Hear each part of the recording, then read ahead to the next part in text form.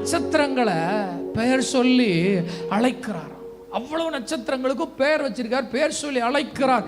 கடற்கரை மணலை சொல்லுங்க, ஆமா, அளந்தவரும் அவரே.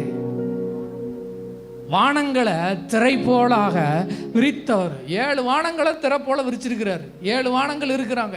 7 வானமும் அவருக்கு திரை மாறி அகலும், பாய் மாதிரி சுருட்டிடுவார் வானத்தை. கடற்கரையில கடற்கரையில் போய் எல்லாரும் நின்றுட்டு காலை நினைச்சா ஐயோ மண்ணாயிருமே அப்படின்னு சொல்லிட்டு நின்றுட்டே இருக்கும். ஆனால் ஆளை என்ன செய்யுது சொல்லுங்க, வருது.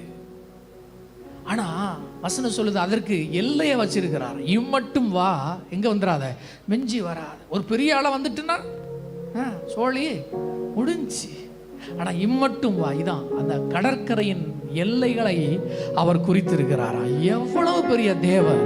நம்முடைய பிரச்சனைகள்லாம் ஏமாத்துறோம். சூழ்நிலையை பார்க்கிறவனால பாட முடியாது, பக்கத்தில் இருக்கிற பிரச்சனையை பார்க்கிறவனால சிரிக்க முடியாது.